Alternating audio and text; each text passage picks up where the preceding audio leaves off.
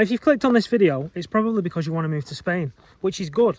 And I'm going to tell you why you should do it, and I'm going to tell you how you can do it. Apologies if this is a little bit bumpy, but as you can see, going down quite a steep hill. Now that's the sea, and that's the forest. Bloody brilliant. Anyway, we're going to start off with a little story. It's of Deborah, and she lives in the UK. Now, it's a grey, cold afternoon, a December afternoon, let's say, in the UK, and Deborah's driving home from work. It's dark. She hasn't seen light all day. She's been stuck in her office, and she got to work in the dark as well. Now, she's going home tonight to have, let's face it, a pretty boring evening, watching a little bit of telly, probably Coronation Street, and go to bed. Not too far away, there's a parallel Deborah. I'm going to call her Debbie. She's driving home from work, same time, 4 p.m, but she's driving home in the sunshine, and she's going home, she's going to get ready, and she's going to go out with her husband or her friends or whoever Debbie might have in her life. And I brought you that little story because we all feel that if you're from the UK, or even if you're from Netherlands, Germany, I'm sure you feel the same. You feel that kind of depressing drag of winter. Whereas in Spain, you just don't feel it. Right now it's January. I'm walking with my shirt off. Granted, we've had a couple of days of rain. Yeah, you get a couple of days of rain, but that's it. In England, you're lucky to see the sun for 3 months. Okay, and it just shouldn't bloody be happening, mate. It shouldn't be happening. It's 2.5 hours on a plane journey away. So if you're watching and you're thinking of moving to Spain and you've got the capability to do it, or you don't know how to do it, I'm going to tell you how to do it. But if you've got the capability to do it, you should be doing it.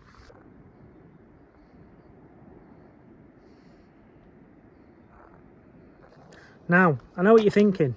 Debbie, who I think I said lives in Spain, probably going to get mixed up with that. Anyway, Debbie, who lives in Spain, I know what you're thinking.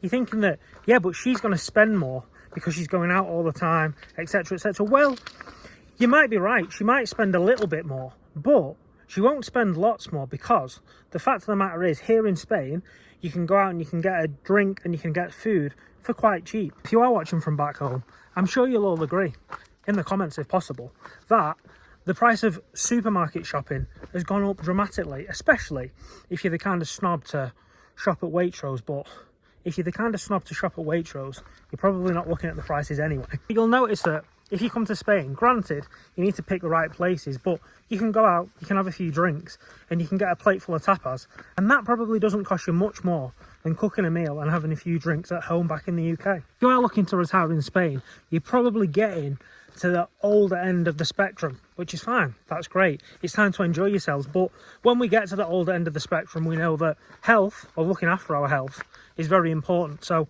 I'm going to list some of the health benefits of living in this country. And the first one is sunlight. Okay, you're getting your vitamin D, vitamin C, all that kind of stuff, and generally just puts you in a better mood. Not to mention that if you've got arthritis or any kind of joint pain or problem, then it's going to help with that as well. If you speak to anybody that's got arthritis and they move to somewhere that's got a warm climate year round, then they'll tell you it eases almost immediately.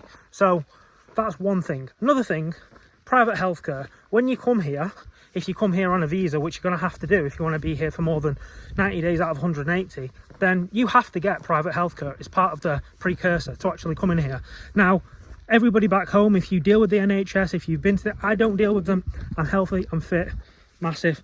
But what I'm saying is, if you do have to deal with the NHS quite a lot, you'll know, and I have heard, it's a complete shit show. Now, I don't know that off first hand, but everybody that's dealt with the NHS over the past 3 or 4 years, especially since COVID, has told me it's an absolute shit show. Now, here, private healthcare is great. Everybody that I've spoke to that has private healthcare here, and even if they're Spanish and they use the public system, then they tell me it's absolutely fantastic.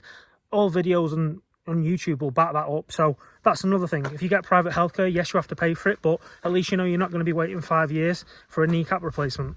I should probably tell you where I am. Now, at the moment, I'm in Ibiza. Now, I'm not telling all you Costa del Sol lovers and Costa Blanca lovers, like John, oh, I only like Benidorm. I'm not telling you to come and spend a winter in Ibiza. I'm not. But what I am doing is telling you to come for a couple of weeks and visit it, okay? But as far as living, as far as actually having that retired life, I would tell you, stay in Benidorm, stay in Costa Blanca, because there's more for you to do, and you'd probably be bored here. Food here is generally much more healthy, much more fresh. You've all heard of the Mediterranean diet. Now, this brings me back, it ties back to the cost of supermarkets and stuff. In Spain, you can find markets, local markets, much easier than you can back in the UK. And they have them every week where you can buy your vegetables, your fish, your meat, all that kind of stuff. And that generally is the best quality and the lowest price as well. Much better than you can get in any supermarket back in the UK, even if you're a snob and shop at Waitrose.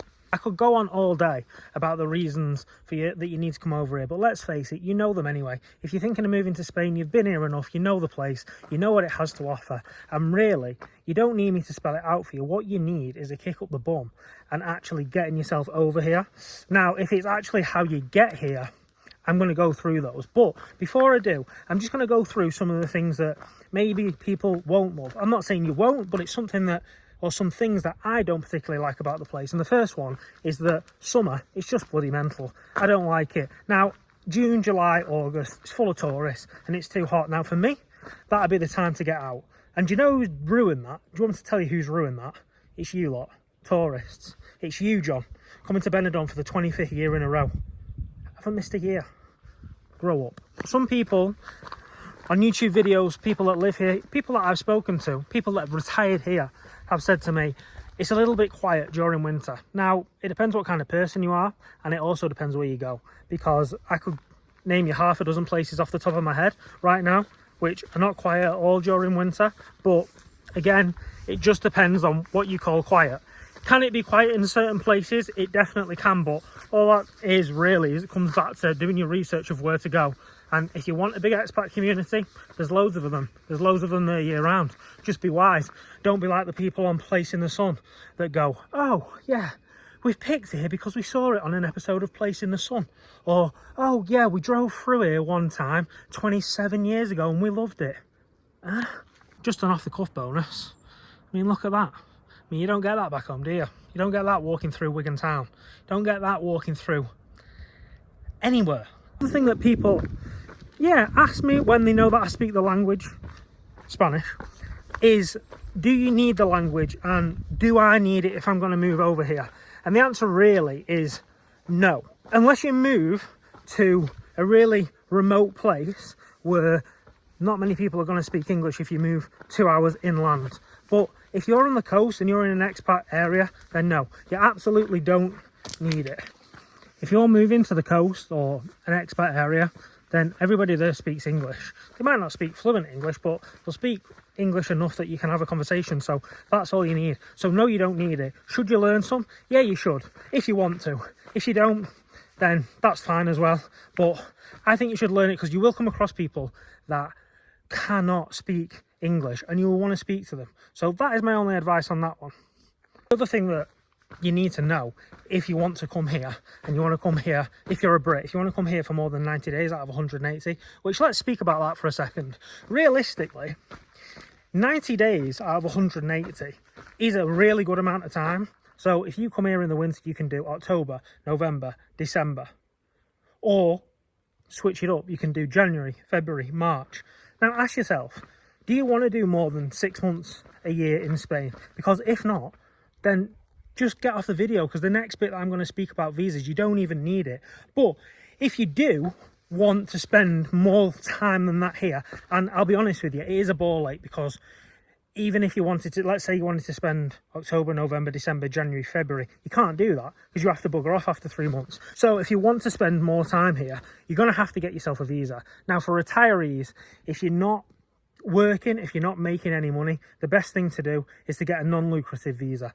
And it's not that, it doesn't seem that difficult, I'll be honest with you. I've never applied for one, so I don't know. But reading up on it, basically all you need to show is that you can afford to live in Spain, and you need to show that you've got about €3,000 a month coming in. That can be pensions, it can be from property.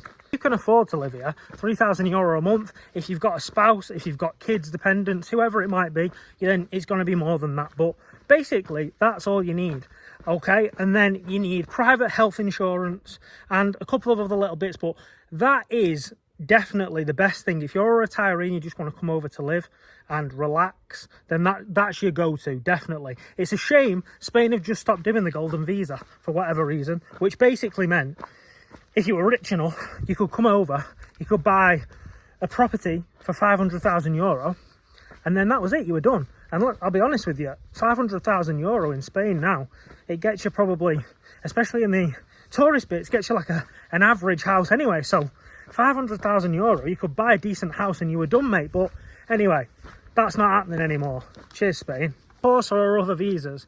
There's digital nomad visa, which maybe I'm speaking to people that are young and they do make the money online, and that's another route that you can go down. I'm only speaking to UK nationals here, because if you're from anywhere in Europe or you've got an Irish passport, you can just come over, mate. It's bloody easy. Last question that I need to put to you before I cut to a sexy shot on some beach somewhere with the sun going down is, who do you want to be like? Do you want to be like Debbie, miserable, bit overweight, depressed back home? Or do you want to be like Deborah, fun Deborah? She's moved to Spain, the kids love her, husband loves her, all her friends love her because they can come over and visit her in Spain. Who do you want to be? Do you want to be Debbie or do you want to be Deborah? I know who I want to be. Anyway, that's enough from me. If you've liked the video, subscribe. If not, bugger off.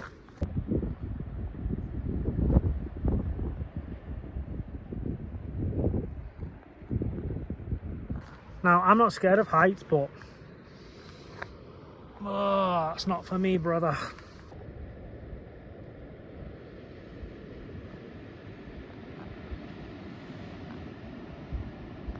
I'm going to leave you with something. Tonight, really, is the first time that I've actually come somewhere in Spain for a good while now, a couple of years, and thought, wow, like actually come and thought, I don't know, it's something to do with that.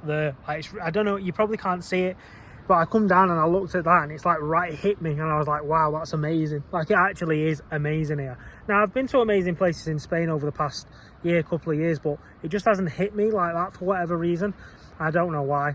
But anyway, all I'm going to leave you with is that if you're thinking of retiring here, come do your research, make sure you know where you want to be, and yeah, that's all I can do to help you out, really. Don't pick like someone off the place in the sun. They're like, oh yeah, we've been here once before 27 years ago. It blows my bloody mind. But yeah, do your research and get over here. It's an amazing country. See you later.